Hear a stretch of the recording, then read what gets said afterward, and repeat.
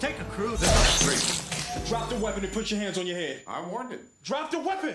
In the summer of 1997, Men in Black landed in theaters and instantly rewired how Hollywood thought sci-fi could work.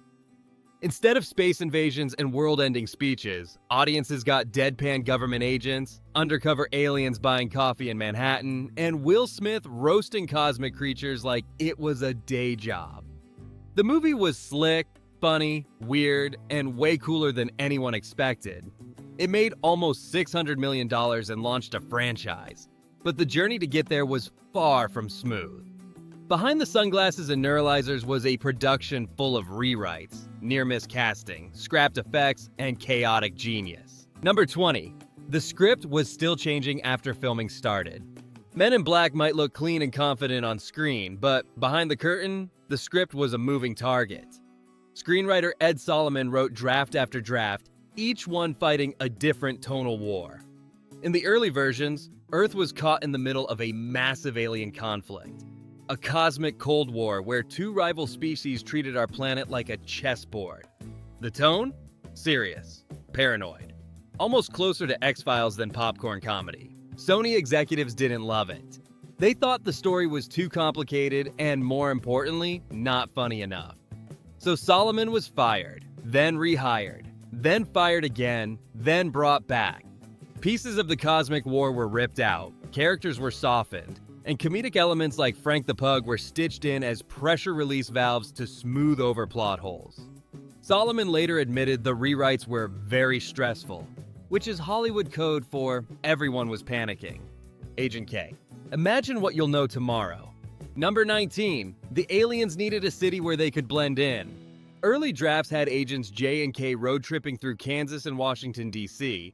It felt wide, rural, and a little too government procedural. Director Barry Sonnenfeld didn't buy it. In his mind, if aliens were hiding on Earth, they wouldn't be on farms. They'd be in a place where nobody looks twice at weird clothing, strange silhouettes, or unusual behavior. So Sonnenfeld moved the entire movie to New York City. He described his vision as the French Connection, but with aliens. And he pushed for Agent J to become a New York City cop instead of a Secret Service agent. The switch was genius. A bustling city full of weird characters became the perfect camouflage for off-world citizens. Agent K. Most of them are right here in Manhattan. At any given time, there are around 1,500 aliens on the planet, most of them right here in Manhattan. If aliens were secretly living on Earth, what city do you think they'd pick as home base? Number 18, Will Smith almost said no until Spielberg showed up. In 1996, Will Smith was fresh off Independence Day, the biggest alien blockbuster of the decade. So when Men in Black came knocking, Smith wasn't exactly thrilled about doing another alien movie. He almost passed. That's when producer Steven Spielberg did what Spielberg does best. He personally flipped the narrative. He invited Smith and his manager to his home, via helicopter because why not? Poured carbonated lemonade and casually asked, "Tell me why you don't want to make my movie." By the end of the meeting, Smith had changed his mind. Meanwhile, at home, Sonnenfeld's wife had already picked Smith for the role after reading the script. Agent J. I make this look good.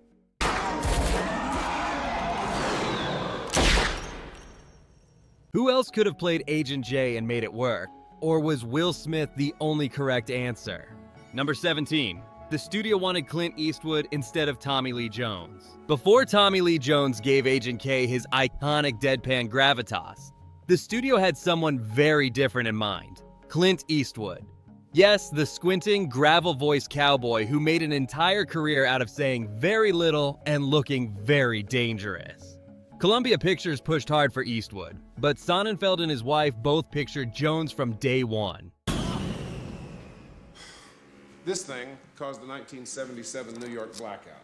Eastwood passed on the role, and Sonnenfeld now needed Jones's approval because Jones had director approval rights, a rare Hollywood power move. Jones signed on, and his stoic dryness became the perfect comedic counterweight to Smith's energy. Zed, you don't exist. You were never even born. Would Clint Eastwood have made Men in Black cooler, weirder, or just wrong? Number 16. Comedy by not trying to be funny. Director Barry Sonnenfeld had one rule that terrified comedy actors: don't try to be funny. He believed humor should come from the situation, not from someone desperately mugging for laughs. Will Smith could riff and react because his character was the audience's entry point. Tommy Lee Jones, on the other hand, had to play it so dry he could have absorbed water. Jones initially delivered lines with a hint of comedic playfulness, and Sonnenfeld shut it down. The director told him to strip out the jokes, remove the wink, and let the absurdity do the work. That contrast, Smith's charisma versus Jones's hardcore seriousness, became the engine of the movie's comedy. It's the old filmmaking trick. When characters take the nonsense seriously, the audience laughs harder. Think Ghostbusters, but with aliens and FDA-approved sunglasses. Agent K. Oh yeah, it's worth it, if you're strong enough. Oh yeah, it's worth it. If you're strong enough. Number 15. Tommy Lee Jones started deleting his own dialogue. Tommy Lee Jones is a master of weaponized silence. On set, he would sometimes cross out entire paragraphs of dialogue, arguing that a single look or deadpan response would annihilate any spoken joke. And honestly, he was right. Sometimes the funniest choice is saying nothing at all. Co-stars remember Jones barely trying to perform comedy. He just existed in the chaos with the seriousness of a Supreme Court judge, which made everything around him twice as funny. He even took photos of the animatronic worm guys to show his son, proving that the guy wasn't as stern as his character would have you believe. There's a version of Men in Black where Kay throws out punchlines and quippy one-liners. We're lucky that's not the version we got. Agent K. None. They ask too many questions. Hey, what branch of the government do we report to? Well, none. They ask too many questions. Do you think comedy hits harder when a character avoids jokes, or do you prefer more obvious punchlines? Number 14. Chris O'Donnell and David Schwimmer almost became Agent J. Before Will Smith suited up, Hollywood took a brief tour through the actors most likely to accidentally destroy the movie's entire vibe. Chris O'Donnell was at the top of the list. David Schwimmer was also in the mix. Both were huge names in the mid-90s, but neither had the explosive charisma or humor needed to go toe-to-toe with Tommy Lee Jones's granite face. The funniest part? Sonnenfeld allegedly told O'Donnell the movie wouldn't be very good, hoping he'd walk away. And it worked. Schwimmer was unavailable due to scheduling conflicts, and the universe quietly sighed in relief. With both candidates gone, the path was cleared for Smith to step in and give the film the lightning bolt it needed. Agent J. She about to start some shit, Zed. She about to start some shit, Zed. She's about 8 years old. Those books are way too advanced for her. Picture Friends era David Schwimmer arguing with a giant cockroach. Would that movie have worked, or would we have seen a meltdown live on camera? Number 13. Poker Night casting and the case of Dr. Weaver. Casting, Dr. Laurel Weaver was one part talent, one part charm, and one part poker night. Actress Linda Fiorentino later joked that she won the role during a poker game with Sonnenfeld, claiming that her victory came with a character attached. Sonnenfeld insists the role wasn't literally in the pot, but he does admit Fiorentino impressed him with sharp wit, fast reactions, and exactly the energy he needed for the film's resident medical examiner. What's funny is how perfectly her character fits the Men in Black world. Look, stud, you're really not getting this. There's something I need you to help me with. Unimpressed, curious, and absolutely not prepared for a dead alien in her morgue. Fiorentino holds the line between shock and sarcasm, which is exactly what the film needed to transition the audience deeper into the conspiracy without losing comedic altitude. Dr. Laurel Weaver, interesting job you guys have. Number 12. The Worm Guys spoke a language that didn't exist. The Worm Guys, those jittery, caffeinated, chain-smoking aliens, were never supposed to steal scenes the way they did. Mechanical designer Mark Satrakian built the puppets, but it was voice actor Brad Abrell who brought them to life in the most unexpected way. He just made up their language on the spot. No dictionary, no rules. Just pure intergalactic improv blended with New York deli attitude. Tommy Lee Jones liked them so much that he took photos of the puppets to show his son, proving that even the driest man in cinema history had a soft spot for jittery worm aliens. In a film packed with CGI and prosthetics, the Worm Guys represent old-school puppetry chaos that somehow survived the rewrites. Zed, We're not hosting an intergalactic kegger down here. Okay, keep your ears open on this one. We're not hosting an intergalactic kegger down here. Which worm guy do you think had the most personality? And should someone finally record a full worm language phrasebook for humanity? Number 11. Frank the Pug was a brilliant editing fix in disguise. Frank the Pug didn't just exist to sell plush toys, though he did that too. Visual effects supervisor Eric Brevig joked that when a movie starts to fall apart, adding a talking pug can fix the continuity. Why? Because a pug's mouth only has so many positions. Okay. Rosenberg wasn't some two-bit Archillian. He was the guardian of a whole galaxy. You can loop animation over a dog face, retime the lines, and boom, editing problem solved. The real dog, Mushu, played Frank with alarming professionalism, while puppeteers and animators blended his movements with Tim Blaney's voice. And because Frank could talk, editors had the perfect character to patch scenes, transition between setups, and even clarify story beats that got murky during test screenings. Agent K. This thing caused the 1977 New York blackout. Thought it was funny as hell. Is Frank the Pug the most effective cinematic pug in history? And what other blockbuster secretly needed a wisecracking talking dog to survive post-production? Number 10. Rick Baker built aliens that had to survive studio politics. Oscar-winning makeup legend Rick Baker and his team built nearly a dozen unique aliens using a Frankenstein lab of prosthetics, hydraulic rigs, animatronics, and puppetry. But designing aliens for Men in Black wasn't just an artistic challenge, it was a political chess match. Executive producer Steven Spielberg wanted designs that felt whimsical and audience-friendly. Director Barry Sonnenfeld wanted something stranger, more unsettling, and more grounded in conspiracy lore. Baker eventually fused both visions into hybrid creatures that managed to feel funny and creepy at the same time. Everything from the baby squid to the bug's exoskeleton came out of this aesthetic negotiation.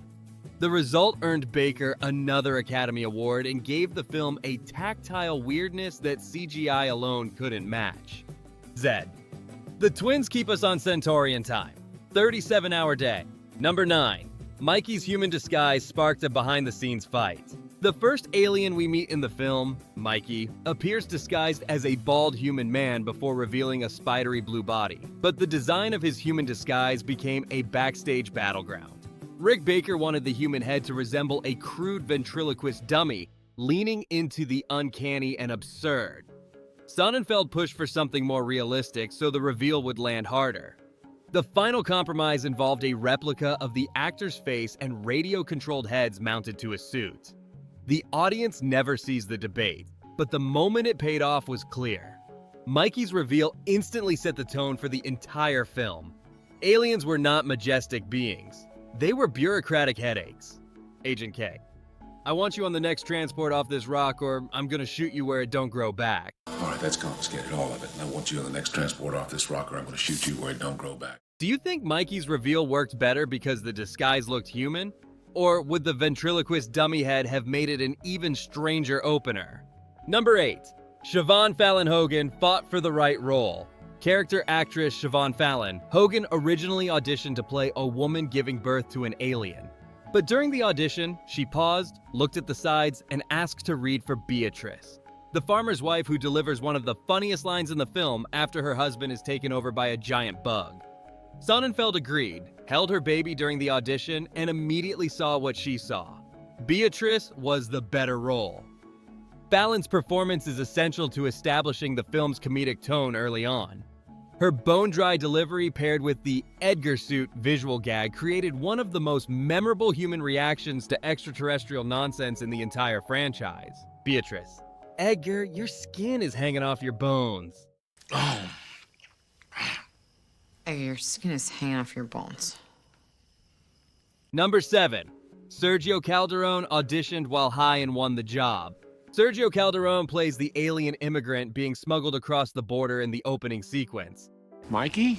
Ja, man, ich heißt da Kopfstreibe.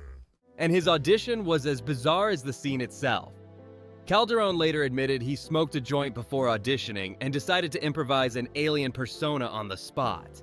Instead of reading the line straight, he leaned into strangeness. Sonnenfeld loved it and cast him immediately.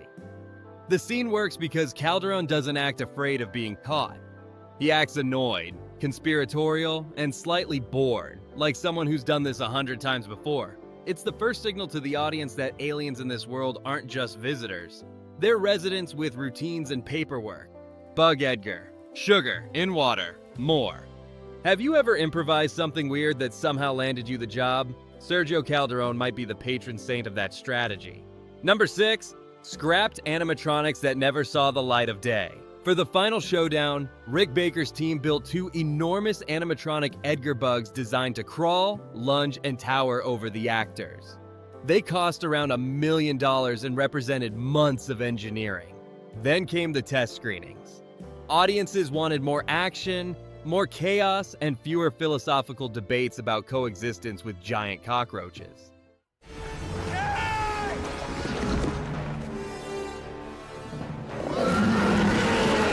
So the producers scrapped the animatronics and swapped in a full CGI battle that cost $4.5 million. A decision Sonnenfeld later called the best $4.5 million I ever spent. The animatronics never made it to screen, becoming one of Hollywood's many beautiful, expensive ghosts. Edgar/Bug. More food for my family? All 78 million of them. Number 5. Vincent D'Onofrio became an insect by engineering his own body. Vincent D'Onofrio's performance as Edgar, or rather Edgar wearing an Edgar suit, is one of the great physical acting achievements of the 90s sci-fi. It was a gift I gave him. A pet cat. It means worlds to me. I'd like to have it back. To make his movements feel insectoid and unnatural, D'Onofrio wore knee and ankle braces that locked out certain joints, forcing him into a lurching, collapsing gait.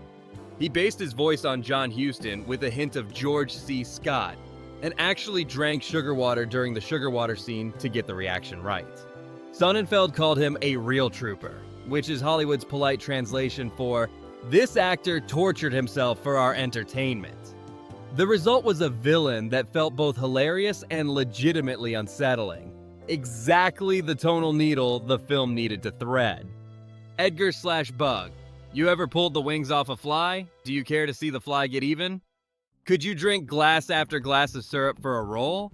And what's the best physical acting performance you've seen in a 90s blockbuster? Number 4. The ending used to be a philosophical debate. The original ending of Men in Black did not involve a frantic CGI bug battle. Instead, it featured a long philosophical conversation between Agent J and the bug about coexistence and interspecies diplomacy. It was thoughtful, it was weird, it was very 90s indie sci-fi. And test audiences absolutely hated it. They wanted chaos, not contemplation. Producers went into emergency mode, scrapped the animatronics, and rewrote the finale into a $4.5 million CGI showdown. Sonnenfeld later said it was the best $4.5 million I ever spent. Without it, the movie would have ended not with sugar, screams, and a shotgun, but with a TED Talk between a giant cockroach and Will Smith. Agent J. Don't start nothing, won't be nothing. Number 3. The original premise was about aliens leaving Earth. In Ed Solomon's earliest pitch, the arrival of aliens wasn't the problem.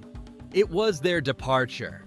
His idea was that the only thing worse than aliens coming to Earth would be aliens suddenly leaving and abandoning us. It was darker, moodier, and closer to a cautionary tale about humanity's cosmic loneliness. Tommy Lee Jones actually asked for a more dramatic script at one point, but Solomon argued comedy was the only way audiences would accept the premise without laughing at it. Several writers cycled through before Solomon returned to rewrite the movie into the hybrid we know today, a film where jokes make the conspiracy digestible. Agent K. Human thought is so primitive, it's looked upon as an infectious disease in some of the better galaxies. Can you imagine the existential version of Men in Black where Earth begs aliens not to leave? Somewhere out there is a parallel universe where that movie exists. Number 2. The headquarters was built from scratch and painted with toxic stuff. Production designer Bo Welch didn't want Men in Black HQ to look like a sci-fi set. He wanted it to look like a government building pretending not to be sci-fi. So he built it from scratch on a Sony soundstage. The long white columns were spun from fiberglass and coated in metallic paint that Welch jokingly described as probably toxic. It looked like a 1960s airport terminal run by the world's most organized conspiracy theorists. Costume designer Mary E. Vogt then dressed the agents in early FBI-inspired suits. Black, slim, no shoulder pads. They were designed to make the actors look timeless, anonymous, and slightly unsettling, like a walking government secret. Zed. Edwards, let's put it on. The last suit you'll ever wear. Number 1. Celebrity aliens, comic book roots, and the Michael Jackson problem. Men in Black was loosely inspired by issue number 2 of a 3-part Aircel Comics run, which was later absorbed into Marvel.